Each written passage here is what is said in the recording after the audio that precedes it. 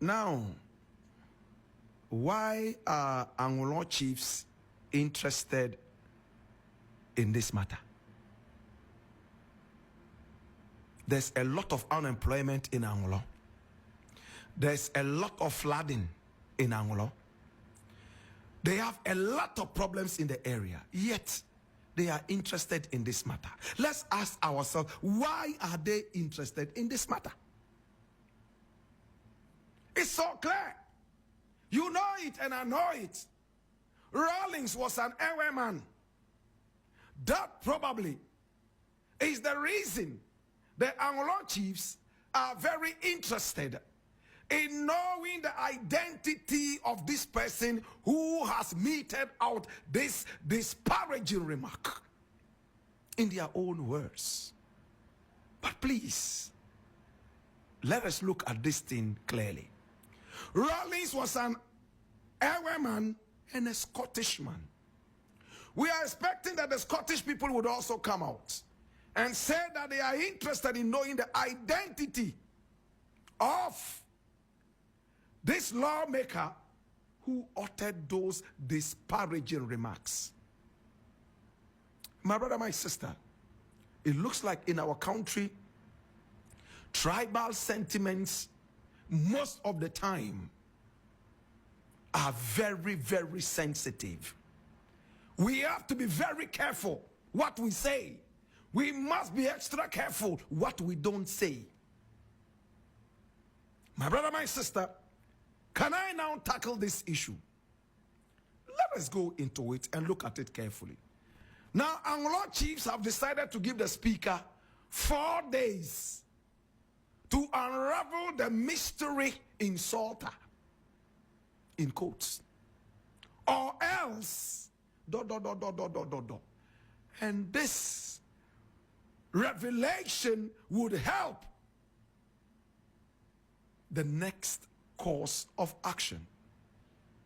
My brother, my sister, the person who called Zenator the daughter of a murderer, was he right or wrong?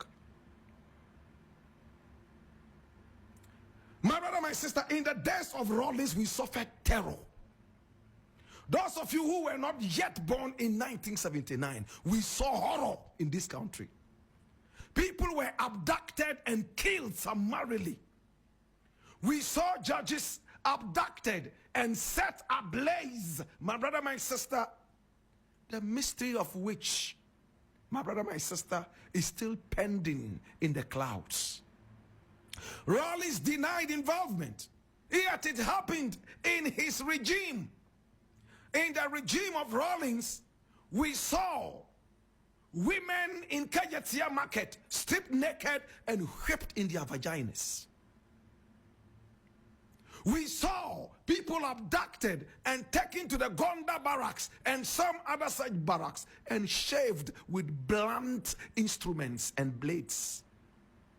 We saw, my brother, my sister, people who were carried away and beaten, most of whom we were told were dead, and carried all the way to the morgue at 37. One of them finally survived. He went on to move into exile and later came back into this country to become a minister of energy. Do we all remember this person? It was all in the days of Rawlings. Can we run away from the heinous crimes of Rawlings in his regime from 1979? The several murders and bloodshed.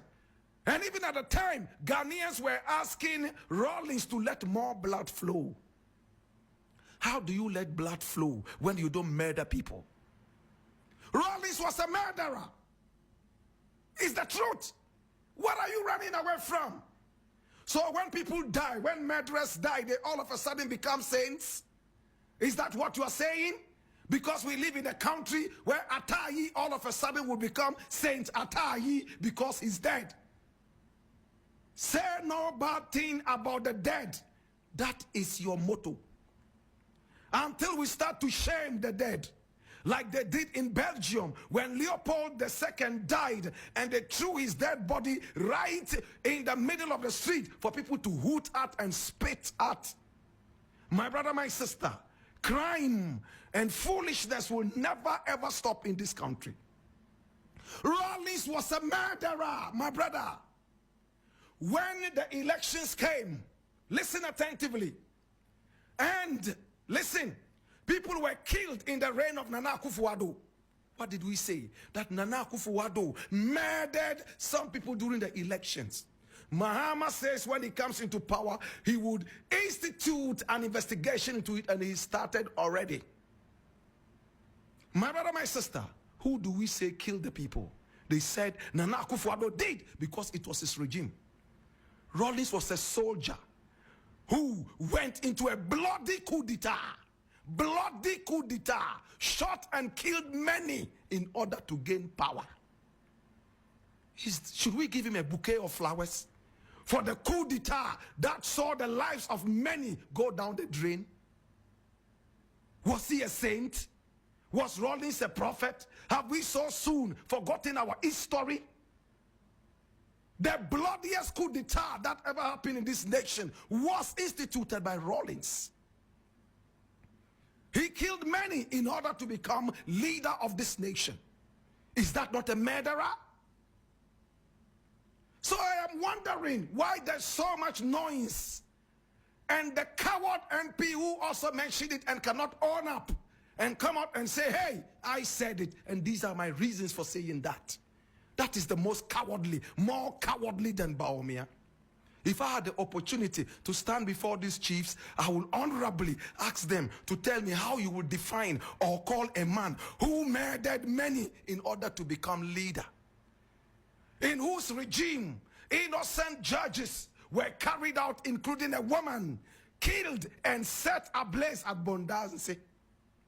Why can't we speak the truth anymore? What is wrong with us? Zenator is the daughter of a murderer. That is correct.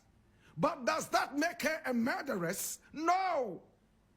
She cannot inherit the crimes of her father.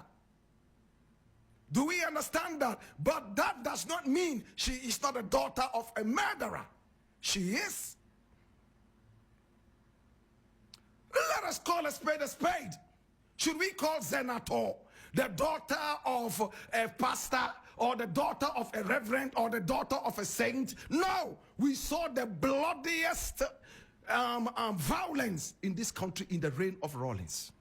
Many people went down the drain. In my days as a little boy, anytime Rawlings' name was mentioned, we all ran under the bed. I was only 5 at the time Rawlings took over power in 1979.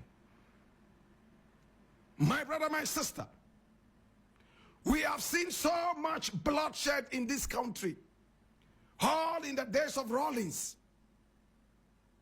And today, if his children are being described as the children of a murderer, and we are crying, Anglo chiefs are all coming out, they want to know that these are disparaging remarks. What is disparaging about a murderer whose children are called the daughters and sons of murderers? Do you think that they would ever call the daughter or the sons of Kwame Nkrumah sons and a daughter of murderer? A murderer? Will they ever say that? No, because Nkrumah murdered nobody.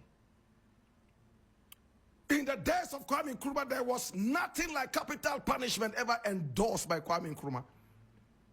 They rather attempted to kill him several times. But even with that, he was still very tactful and level-headed. He never ordered the pulling of a trigger. In the days of Rawlings, the gun was the master. Soldiers were gods and demigods. When we saw soldiers on the streets, we ran.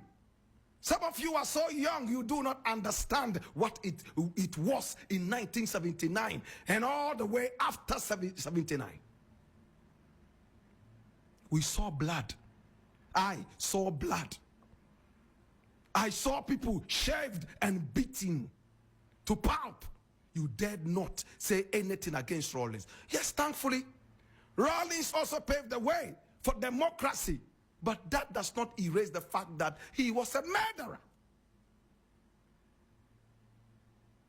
I'll leave it here.